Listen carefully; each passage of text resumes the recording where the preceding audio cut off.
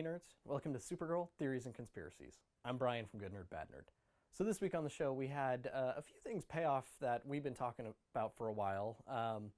And then we had, the big bad this week, and then just, I think some confirmation for another thing that I've been talking about and speculating. So jumping right into it, first, the Thor L research station that this entire episode starts from. There's no research station that has that name, the Thor L, attached to it. But if you remember when I was talking about Lena Luthor, her parents changed their last name from Luthor to Thor L. It's just a jumble of the letters. They changed the name in order to distance themselves from Lex once he became a criminal. So that's what that is a reference to. So it's nice that they're giving this shout out, and it's something we've been talking about. So I think that's pretty cool that they did that.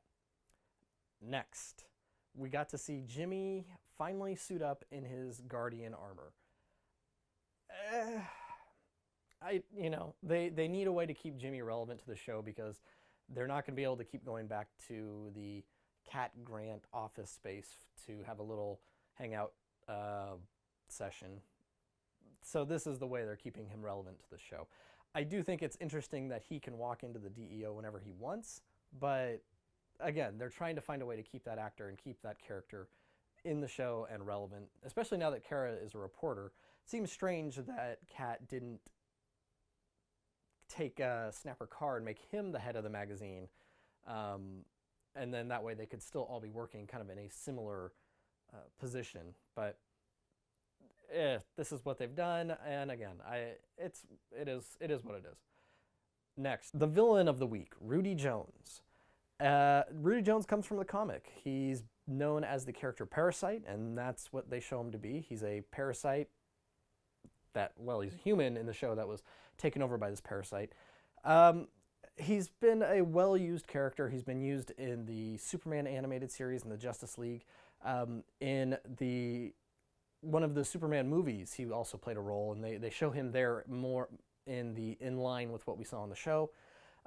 He has pretty much any kind of absorption powers you can imagine, and with that he has power absorption and enhanced strength, enhanced durability, things like that. In some rare cases he actually did have the ability to shapeshift, and in one case he was masquerading as Lois Lane and was constantly feeding off of Superman at the same time. But that's not something that he usually sees. Funny story there, it was implied that he had an affair with Lex Luthor while he was masquerading as Lois Lane. The character can absorb, essentially, in the comics at least, unlimited amounts of energy, it seems. And the more energy he absorbs, he mutates, and he kind of goes through different forms. At one point, in order to help Superman, because he's gone back and forth on which side he's on, but while working with Superman, Superman had absorbed too much solar energy, and in order to burn it off, he fired a kind of full blast heat vision, and Parasite absorbed it and mutated into a form that we see closer to what we saw at the end of the show. So that's Rudy Jones. It kind of came as a surprise that Supergirl blew him up. I think they kind of downplayed the fallout of that situation, but still to see her take such a severe action, I think was a bit out of character, but maybe that's just me. And then the last thing from this week, and I gotta say, I called it, and that was CADMUS kidnapping Mon-El. This is directly lining up with what I thought was going to happen and how they were going to turn him into either a Superboy or Match. Essentially Superman-esque characters that work for them, whether it's through brainwashing or some sort of control chip, or even just convincing him, because he's not the sharpest tool in the shed at the moment, but whatever they're going to do, they are going to turn him into that kind of Superboy Match character and put him up against Supergirl.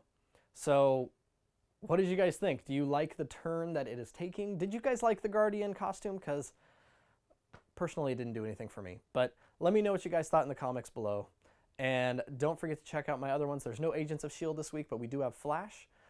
So check out those theories. And don't forget to check out my show and hit up the website, goodnerdbadnerd.com. So Until next week, I'm Brian, and this has been Supergirl, Theories and Conspiracies.